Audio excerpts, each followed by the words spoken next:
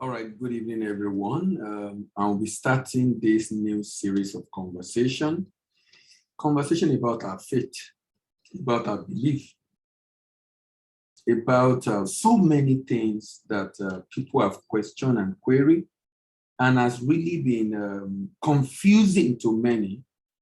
So what I will try to do in this session or in this series is to answer some very important questions. I don't know how many parts it will be, depending on how the conversation go.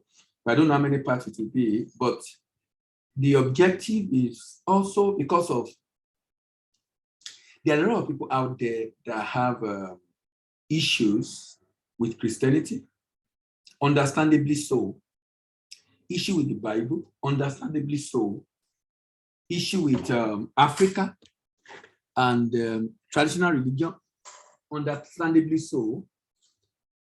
What many have not realized is the fact that there is something wrong with the kind of Christianity we practice in Africa. It looks like the Christianity we practice in Africa has incapacitated us and is making younger people to become more rebellious, making them to ask questions that no one is answering. A number of them just feel we are just deceiving ourselves and really don't believe what we claim to believe. So, to many of them, Christianity is not real. Christianity is plastic. Christianity is theoretical. And sincerely, is making many of them not to believe all that have been said or what they have been taught. You know, it was easier for older generation to believe some things that they are told by religious leaders. And you know the interesting thing? Some of those religious leaders have come out to admit that they are wrong. But when it was said at that time, the people who are now parents accepted it. They believed it. They believed it because it was said by someone they respected.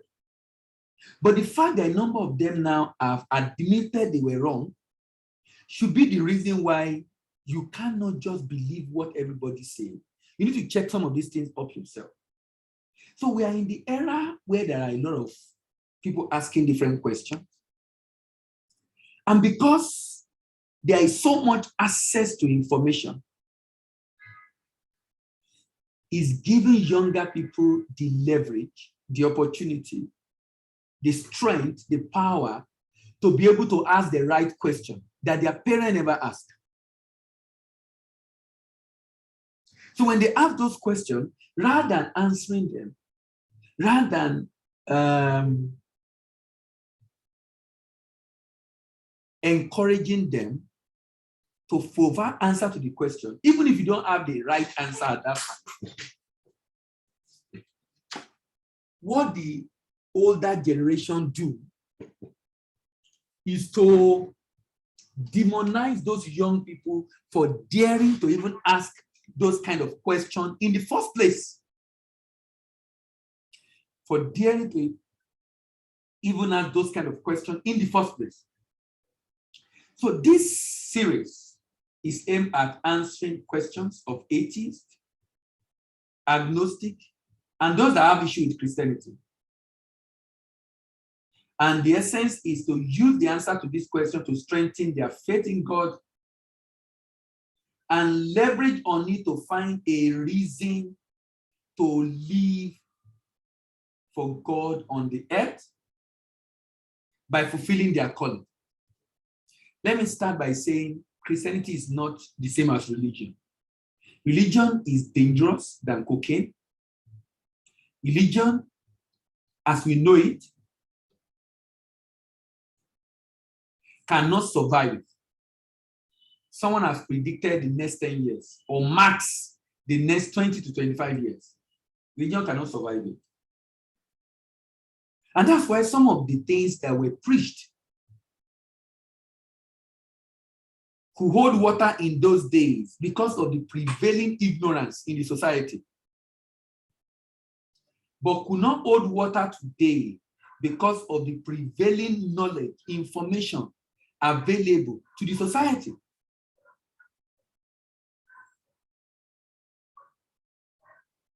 I'll try to answer the question as much as I can, but let me establish something.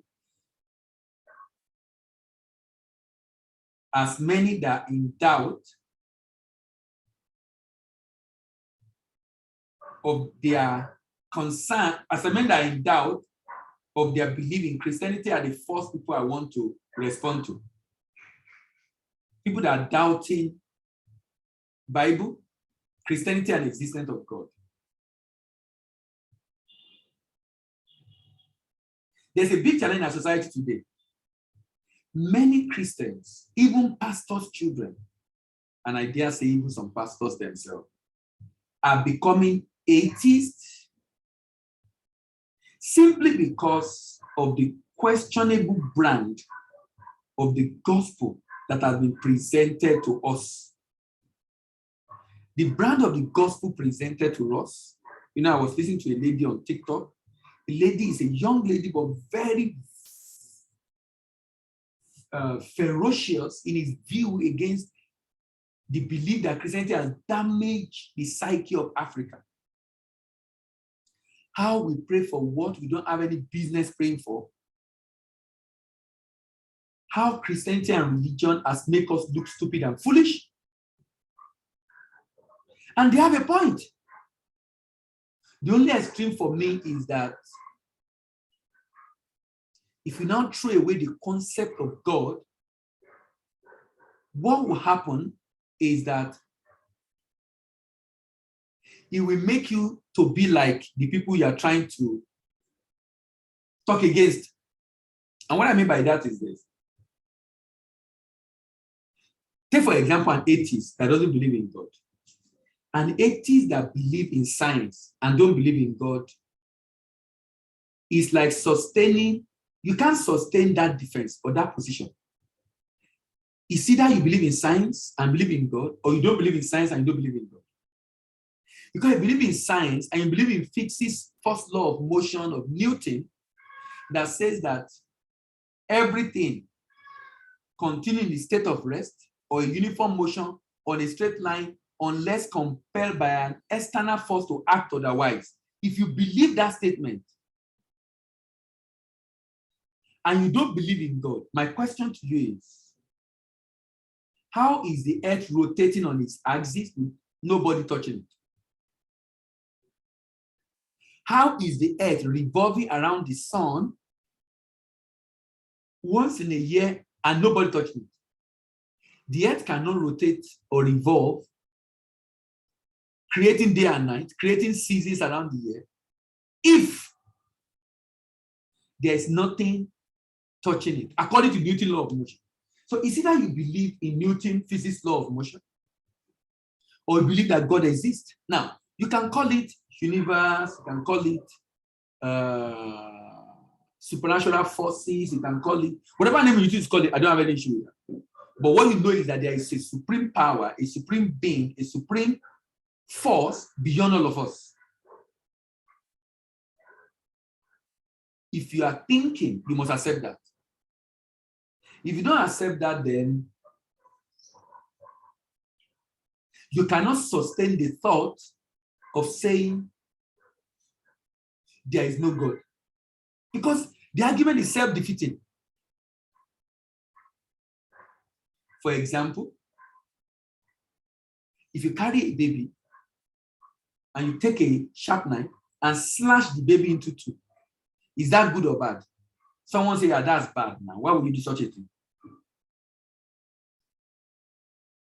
To see that something is good or bad means there is a moral law. To have a moral law means there is a moral law giver. So who gave the moral law? So you cannot, as an atheist, say there is no God and yet believe in the fact that some things are good and the fact that some things are bad. Believing in something good and another thing bad in itself.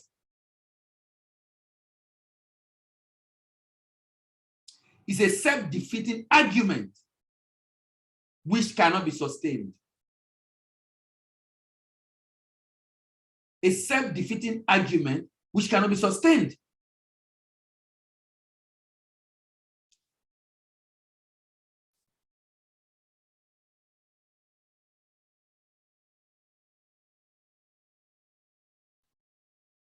And the reason is because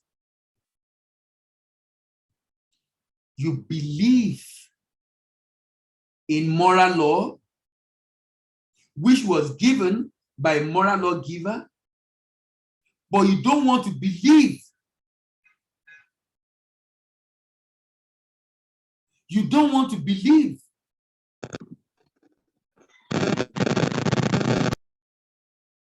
You believe in moral law by a moral lawgiver, but you don't want to believe in the existence of God. It's a very self-defeating argument. So there's a big problem in our society. A lot of young people are becoming atheists, agnostic, and some are even animists. Who is an atheist?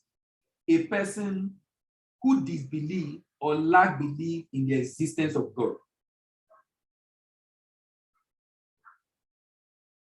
Who is an agnostic?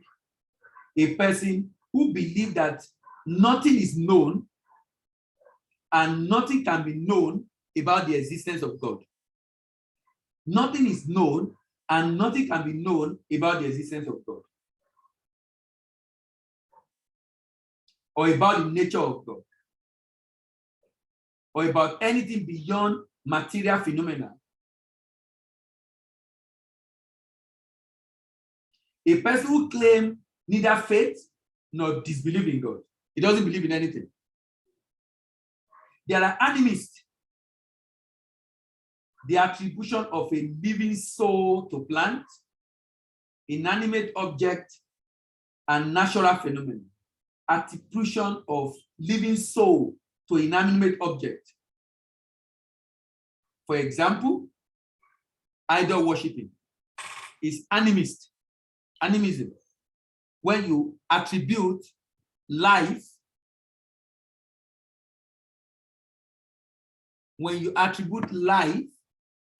or quality that can only be found in human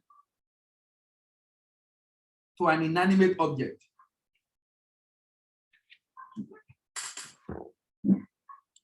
Christians are not just turning into an atheist. It might interest you to know that a lot of people who go to church, preach in church, sing in church, serve in church, do not believe in the God being preached in the church. Why? So it's not the atheists. Why are these people not believing in the God being preached in the church? The reason is because they can't see the manifestation of that God. Most of the things that many pastors claim the God can do, really, it doesn't happen. So because a number of the young people are very curious, asking very important questions, they are beginning to doubt this God that they say is existing. But we pray about this thing. For example, Nigeria. You had vigil and pray and fast for Nigeria to be better, but Nigeria has been worse. So how do you explain to a young person who was involved in that prayer and fasting for the growth and advancement of Nigeria? How do you explain to him? Now, how do you convince us a young person about the fact that he should believe in that God? Why? Because the brand of Christianity we are practicing is defective. It's not the productive Christianity. So young people cannot defer to the claim of God that we present. Because really and truly, their parents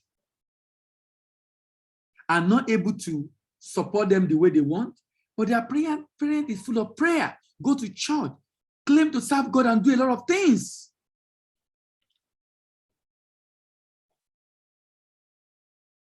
like I said earlier, a number of things that older people believe, younger people are not believing it. The older people believe a number of preaching in churches in the 70s and 80s and 90s because of the prevalent ignorance deposited in the society. So a lot of things, even though they are wrong, but they are being preached, but they were believed and accepted, even though they are wrong. Even though they are wrong. But even some ministers of God, pastors, GO leaders in our days have admitted that some of those things they preach were not correct, were wrong. Some of them have admitted in our days.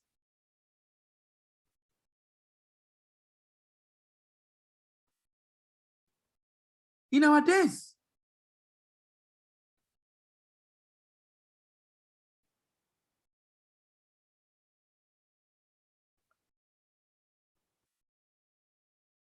But those things were accepted before, but they are not accepted now. Why? In our days, there are more information available. Because there are more information available, a number of things that were accepted then cannot be accepted now. Because there are more information available.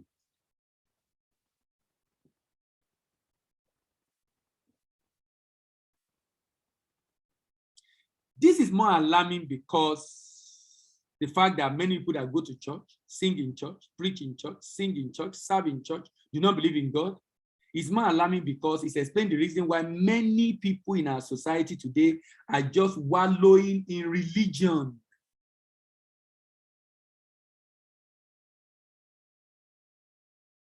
Many of them have doubts and concern about the concept of God. So this program is not aimed at indoctrinating people, but rather to challenge you to think. Think. The program is to challenge you to think. Please don't close your mind at new knowledge about God because it is not in the Bible. Because the Bible did not contain all that there is about our God. The Bible does not contain all that there is about God. The challenge of atheists is their limitation. And because their decision to be atheists is based on information they have now, when new facts emerge, they can change because they now have more information that makes being an atheist a dangerous place to be. That make being an atheist a dangerous place to be.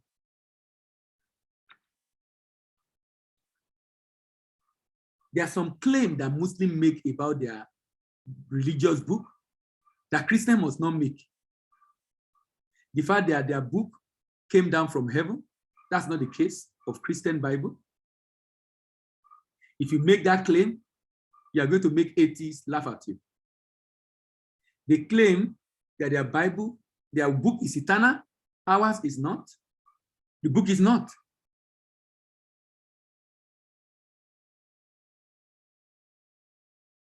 The book is not. The book can be applied based on the changing times.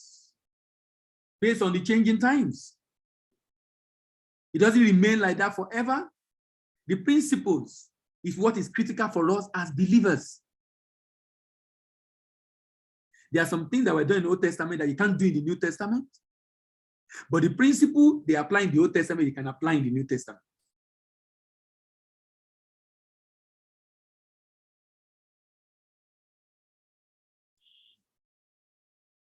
So,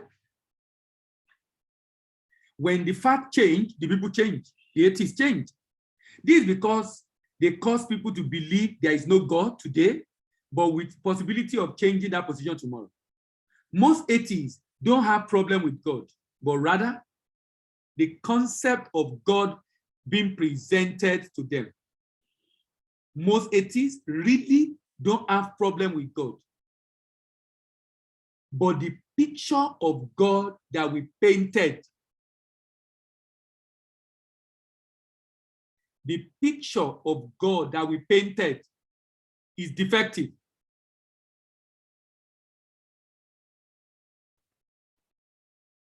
The picture of God that we painted is defective.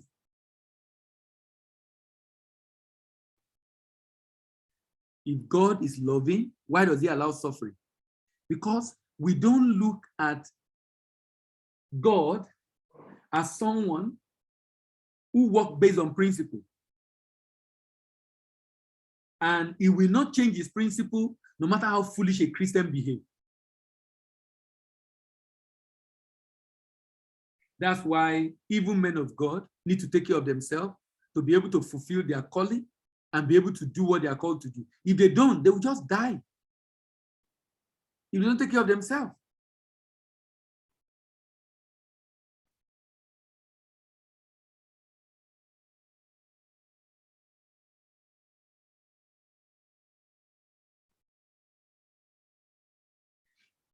These people have issue with God that is not interested in development of mankind. They have issue with God that is emotional. They have issue with God that just kills senselessly. They have issue with God that only solves spiritual problem, but is not interested in economic problem. That's the picture of God we are presented to them.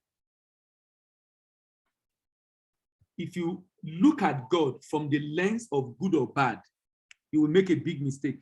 God do what is necessary per time, not what is good or what is bad. What is necessary for the advancement of his plan on the earth. God do what is necessary. Look at the case of Ukraine. Ukraine is the largest country in Europe with highest number of Christians, largest church. That is the country that has now been scattered. And some people have come out to say they believe this is necessary for them to carry the gospel to different parts of Europe. And a number of them are going to different parts of Europe as citizens, as residents.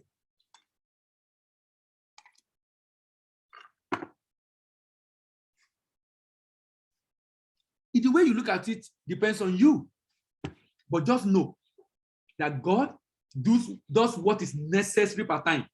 If he allows something, it's not going to still what happened in Ukraine, but if he allowed it, rest assured he has a plan. He has a plan. He has a plan. And you had better know he has a plan. That what he could have prevented in his power, he allowed in his wisdom. Because he has a better plan. He is God. Nothing catch him by mistake or by accident. Now, atheists understand that they understand that there is transcendental energy that control the affair of earth. Atheists want to know who is God. Atheists want to know the gender of God. If he has a gender. They want to know if he has a race, because it appears now. Look at one of the big challenges Africans have with Christianity, particularly those that practice African traditional religion.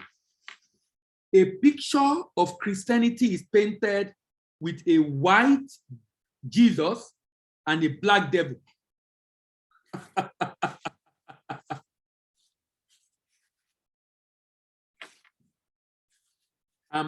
The modern African people, they hate that label. Black Jesus, sorry, black devil, white Jesus.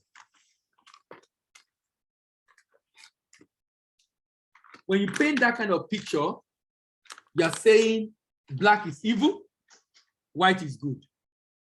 That's what you're painting. And the people that believe in African traditional religion or Pan-Africanism say, no, no, no. Christianity is not our religion. It's the religion of the white man. But that is even not true. That is even not true.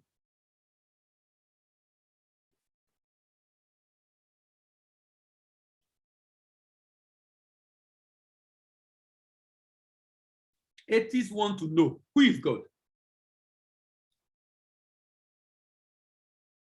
They want to know if he has a beginning and where he resides.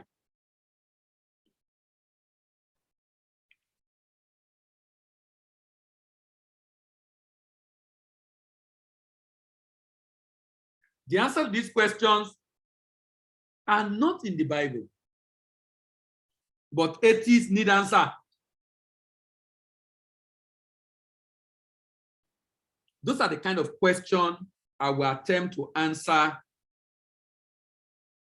in this series of conversation.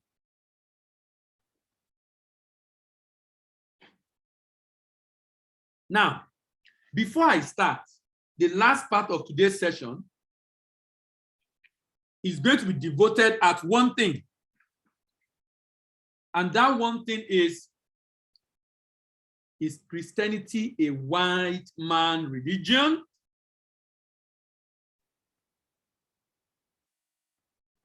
Don't just say no, it's not. Show evidence. Some Africans are not accepting Christianity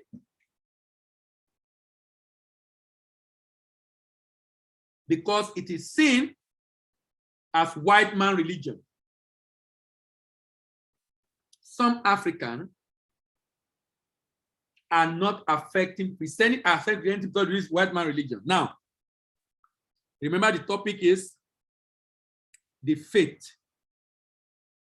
the fight of the faith. And the way we fight will determine the future of our faith.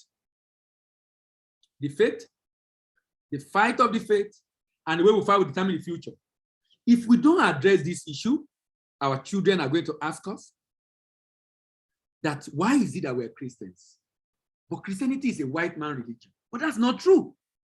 But that is what the Pan-Africanists have sold to us and make us believe.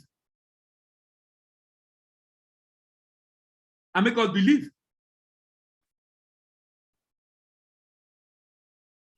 And that's the foundation I'll be laying today.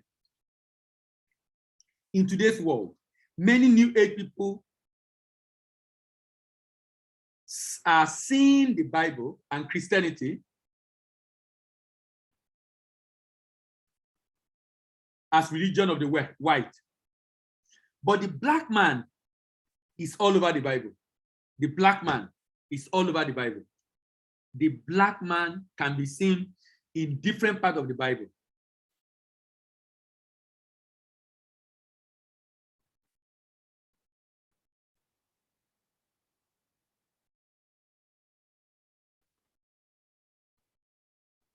Black men are already Christian.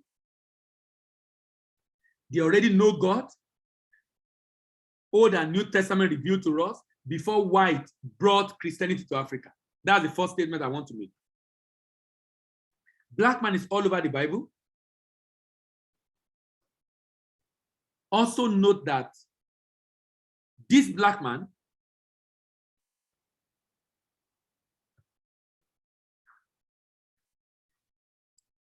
is already a Christian before Christianity was brought to Africa. This black man can be seen that he knows God in both and New Testament. This black man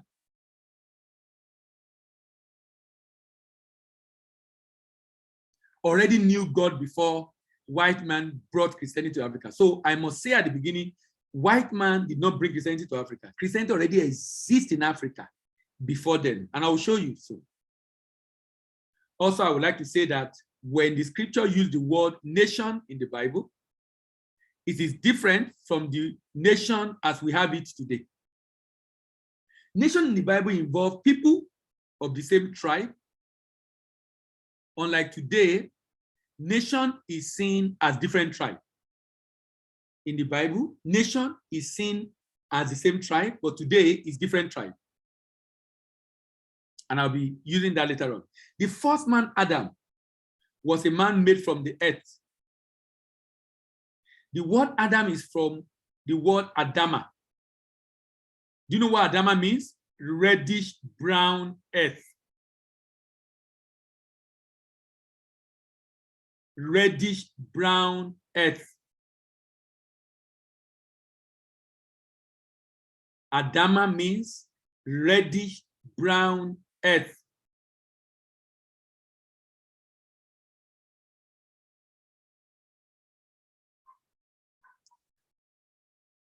That's very instructive.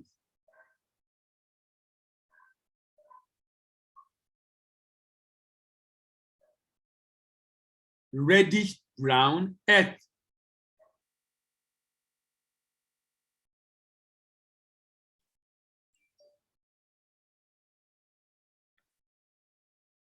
That is the color. That is the color that of the man that was created. In today's categorization, this will be described as a black man. In today's categorization, that color will be described as a black man.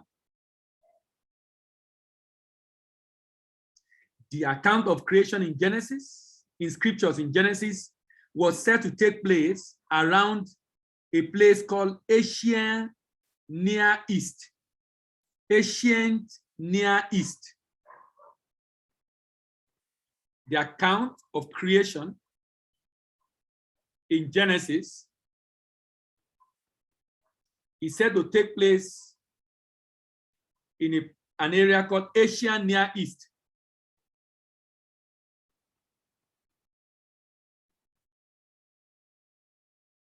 This is the home of early civilization within a region roughly corresponding to the current day Middle East. Middle East.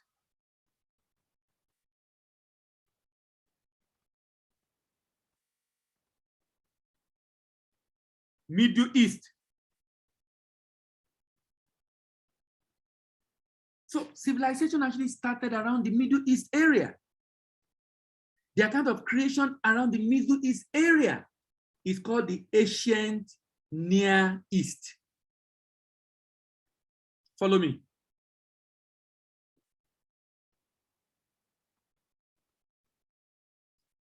It's interesting to note that you will find very little about the European in the Bible.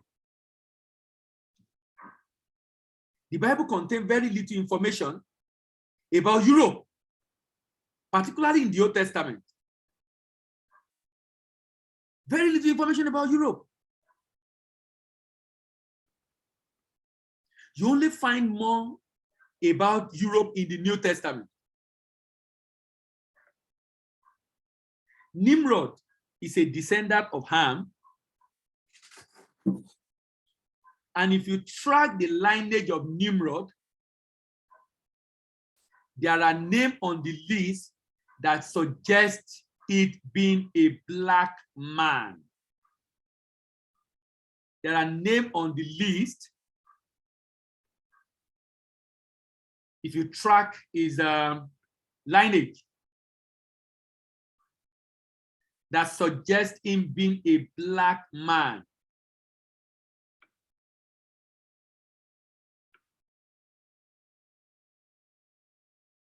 And Cush began Nimrod. He began to be mighty one on the earth. He was a mighty hunter before the Lord. Wherefore it is said, even as Nimrod, the mighty hunter before the Lord. And the beginning of his kingdom was Babel, and Erech, and Akkad, and Calneh, in the land of Shinar. Out of that land went forth Ashur, and builded Nineveh, the city Rehoboth. This man was a strong man. Nimrod was described as the father of human race, who led the effort to build the Tower of Babel.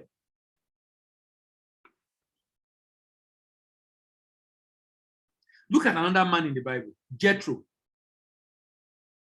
Jethro was a priest of Midian.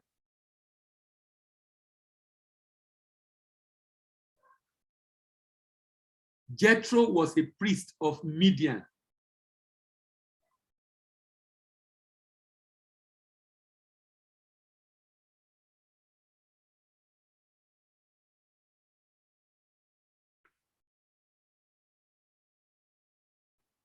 Midian is a geographical place mentioned in Hebrew Bible and also mentioned in Quran.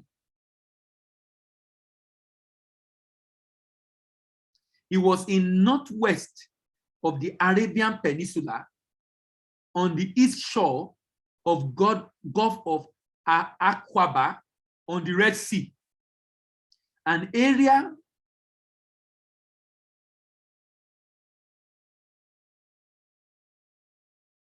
which note shows that was not much settled until around 8th to 7th century before Christ. Midian, close to Red Sea. This man is a priest of Midian. A priest of Midian. A priest of Midian.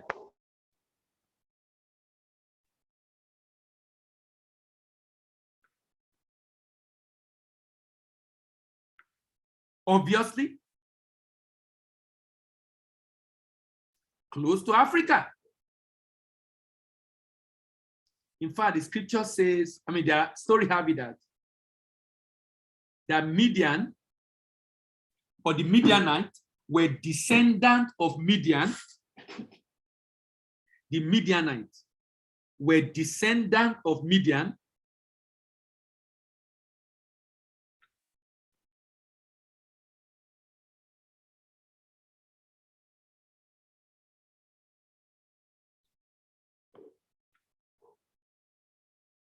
Who was a son of Abraham and his wife of Keturah. Abraham had a wife called Keturah. Abraham took a wife called Keturah, and she bare him Zimran, Jokshan, Midan, and Midian, and Ishbak, and Shua.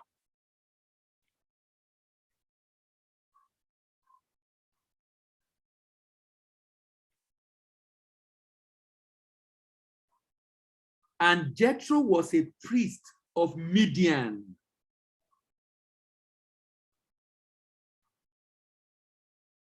Jethro was a priest of Midian.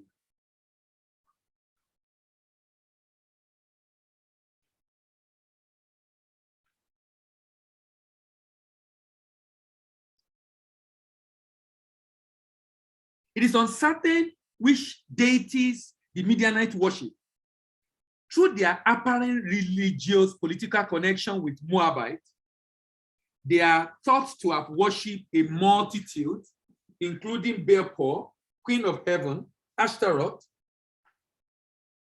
According to Karel Daton, by 14th century BC, because the cult of Yahweh had reached Israel, a group of Edomite and Midianite worshipped Yahweh as their God. This conclusion is based on the identification between Midianite and Shur. An Egyptian temple of Abor and Timah continued to be used during the Midianite occupation of the site. These Midianites were in Africa, and Jethro was a priest of Midian, a location in Africa. And Jethro already knew God. Jethro was a priest of Midian and is obviously a black man. And do you know Jethro is the one that introduced the concept of God to Moses? He introduced the concept of God to Moses, a black man, by the way. Before the Levitical priesthood, Jethro has been a priest. Levitical priesthood was in Leviticus. Jethro was already a priest in Exodus.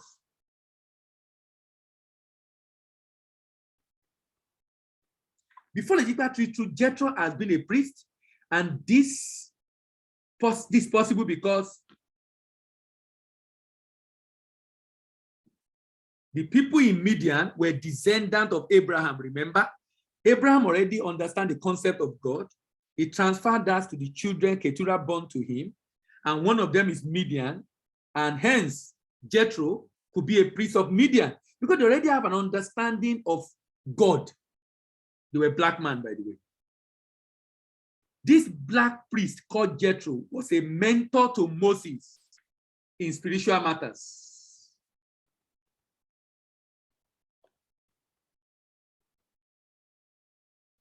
The children of Jethro, a black man, was begged by Moses to join Israel in the wilderness or desert to lead them to the promised land.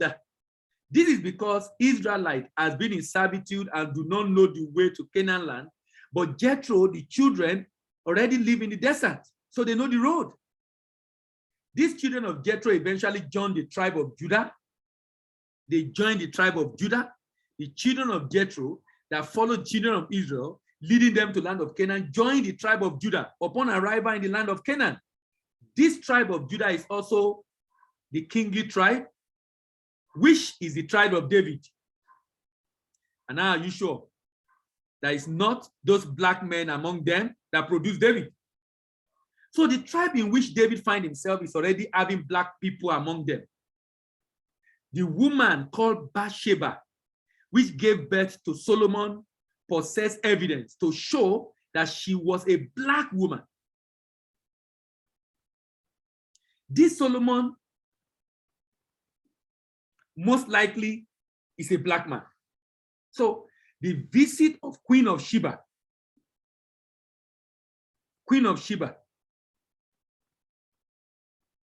is the son of Bathsheba meeting the Queen of Sheba. The visit of the Queen of Sheba to Solomon is the son of Bathsheba, Solomon, meeting the Queen of Sheba. The Queen of Sheba was from area south of Israel, somewhere near today Yemen. So when people say today that the Bible is a white man book,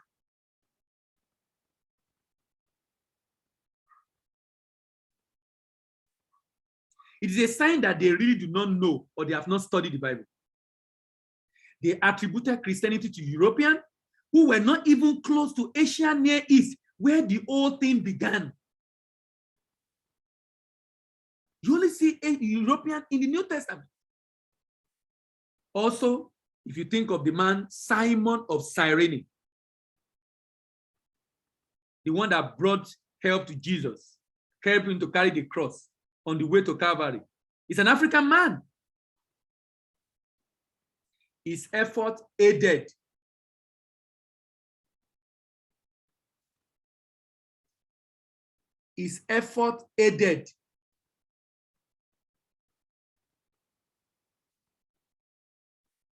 the burden of salvation that was borne by Christ. The burden of salvation that was borne by Christ.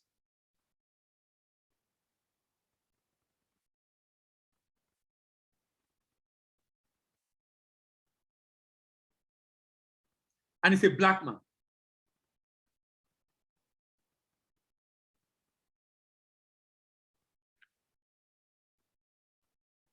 And it's a black man.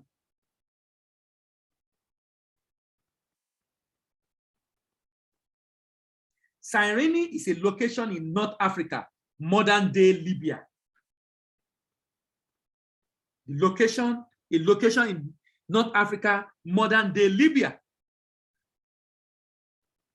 And his effort was what helped the salvation of mankind.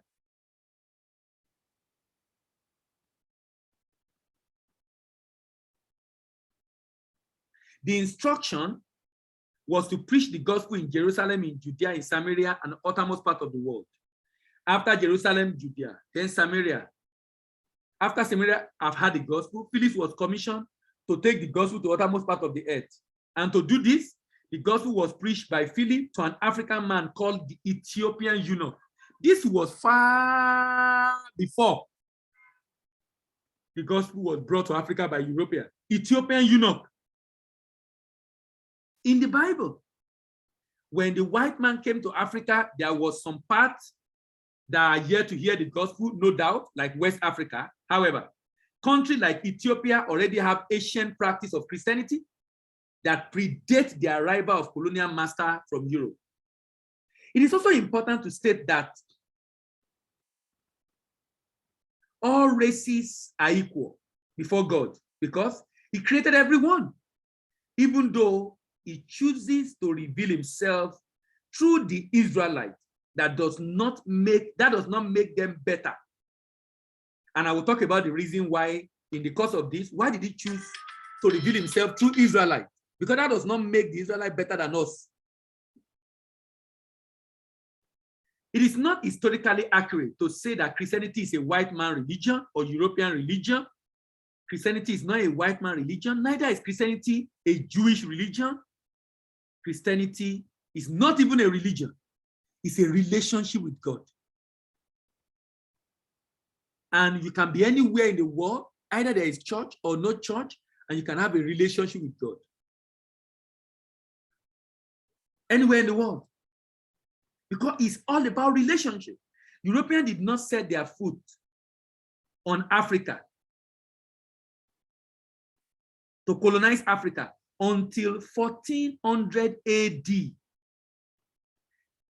1400 after death of Christ. But within 100 years after death of Christ, the Ethiopian eunuch already had about Christ. They were on a mission to explore for commercial purpose, but eventually colonialism happened. Their mission was basically to trade, to rule, and to mission. Trade was for the purpose of sourcing raw material for their factory. Political power was to rule and set up colony, and the missionary effort was to provide support like education and health, even though the missionary effort was also used to colonize our mind. Some people say their mission in Africa is 3 C's: civilize, commercialize, and colonize. These 3 were carried out by different teams, even though they are from the same source. Those that were to civilize were different from those that commercialized, were different from those that colonized. Those that civilized were those that preached the gospel to us. The church was not fully part, and even though some support it, they're not fully part of the slavery and colonization. And that was why they were part of those that fought against colonization and apartheid in South Africa. Ladies and gentlemen, I will end here today. Let me hear from you what you have learned today. Let me hear from you. What have you learned today? I hope this will be an interesting session as we go forward. And sincerely, I'll be glad to hear from you and to know your thoughts on what we have discussed today. Let me start from you, Deji. Long time. How are you? I'm fine, sir. Good evening, sir. How are you? I'm fine, sir. Thank you. Just almost at You said what? but tonight I was just at the most time I always miss the timing. Oh, okay. For the program. Yeah. Always engaged for me, so that's why. Yeah, but tonight has been wow, it has been wonderful. You know, like you said, we got different wrong information. So, a lot of information that was wrongly projected to us, and that is why we find ourselves in that. You know, like the issue of saying Jesus is white and the devil is black. Devil is black. And the Bible never stated that for us. So that's why it makes the white look at us as if they are devilish and everything. They always feel differently. And you said something like that was so striking. the white people are not the one that brought Christianity to Africa. No. It was an eye opener. Because that's our belief that they brought it for us. That they brought Christianity, brought Bible, they made us to know that okay, there's someone Jesus. Before they do that, all Africans they are idol worshippers. Yes. So they are the ones to know that okay, there's someone called Jesus Christ and that. But tonight, make us know that don't even from Bible that Africans has been in the Bible, black has been in the Bible, and it was very eye opener. And that's one thing that anything I got tonight. That was good. Taking us to know that and the black people that are in the Bible, not they didn't come from that race, that planet, the Bible, and so they've known God even before the whites brought anything for us. So that was so smart. All right, thank you. The favored one. I like that your name. The favored one. Good evening, sir. Anna. Good evening, everyone. Fine, thank you, sir. Today I've actually learned about the Bible. You know, most times we maybe because of the way we received Christianity, Yes. more emphasis have been on maybe the stories and not details. Yes. So you probably learn stories and then you don't even know why. And then at the end of the day, you get it mixed up because you don't even know how it relates. Like the narration you just gave now, explaining the history, as in going down memory lane and then linking it to Ethiopia, linking it to the Black persons. These are not things that we learned. Yeah. The things we just heard from the Bible is this white man brought the Bible, and even funny enough for us, I just want to touch on that black and white thing, because even that black and white thing has gone beyond the devil is black and God is white. So even sometimes they'll tell you don't wear black, don't do this. So it's really it's that bad. I while you were speaking, I just remembered a story where I was on the road and somebody walked up to me and he just said to me, don't wear black at all. Oh. Hope you don't used to wear any black dress. I was like, funny enough, I even like the color to start with. And to know that God made all the colors, why would this one be separated and be attributed to something? Some will even say, don't wear black to sleep. You know, there's so many now attributing those things. Why? Because they think that just as they've been told, or we've been told, the devil is black. So we should run away from anything that appears to be black, and anything that is white, is purity, is good, is. So people even go as far as on wedding days fighting to want to wear white. Oh no, you've had a child before, don't wear white, wear black. So there's so many things around these things, and it's just because we don't have detailed knowledge of the Bible. One thing I've taken away tonight is I know that I'm in to actually learn a lot about detailed information, where I'm now able to see and appreciate things differently. God, like you mentioned, actually loves every race, and every race is important to God. And so if we understand these facts and we understand the true details or true meaning of the writings in the scripture, then we're able to stand and defend our faith and say, yes, we understand what we're doing and we know what we're doing. Like you mentioned also, the children are going to actually ask a lot of questions, and anybody that knows now, they've even started asking, and there are too many things that are happening that will give them reasons not to want to believe or accept if we cannot defend or say, oh no, this is actually the right thing. This is how this happened in the Bible. So all those stories about maybe David, about this person's doing. I didn't even know there was this person you mentioned while you were teaching. I've forgotten his name now. This strong man, I know as a child, we used to, I think, was it Jephthah you mentioned? I think it was Jephthah or somebody. You mentioned a strong man. Jethro. You know, in the Bible, when they say, when we were growing up, we just say, yeah, it's Jethro. So, you know, sometimes even as a child, you now ask yourself, but the whites, this structure, when it describes some structures in the Bible, I think for me, that was what was different as a child. I used to say, if they say this person's structure was in this particular way, I don't see it often like that in the white people. Even the picture of Jesus Christ being white have been a very controversial issue, because a lot of people are like, oh, was Jesus really like this? Even some maybe other religions, when they want to argue with us, they'll say those pictures that you put that you say that's Jesus, was that Jesus?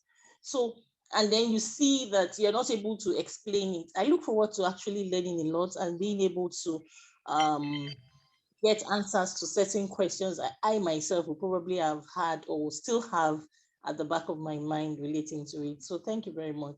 I did learn a lot tonight. And in the course of the week, if you have questions, I already have about 50 questions I want to answer over the couple of weeks. Maybe we'll finish around May or around June. But if you have other questions you will want us to answer, you can ask during the week. I can research it and probably add some of those questions to my question if I don't already have answers to them. All right, Favor, the second Favor Atasie. How are you? Fine, sir. Good evening, sir. Good evening. How are you? Good evening, everybody. Okay, although I actually joined late because I was like sleeping, but I've learned one or two things like from this session. I've been able to understand that Christianity is not just a religion; it's a relationship.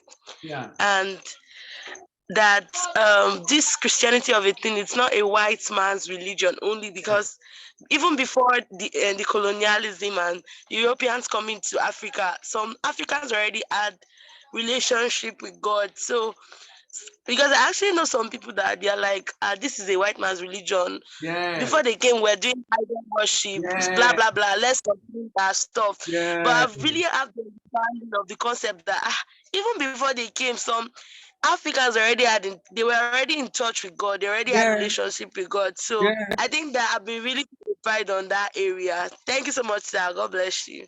Good. Thank you. Thank you very much. I know it's a very common topic or question or what people say that Christianity is white man religion. Christianity is not white man religion.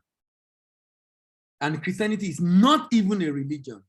It's not even a religion. It's not even a religion.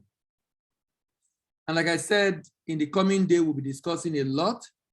And the objective of this basically is to strengthen our faith and make us to have a good reason for believing what we believe, not because someone said it, but because we believe that is the truth, so that we can be able to answer people who ask us the reason for what we believe. Thank you very much. See you next week. Have a wonderful weekend and bye-bye.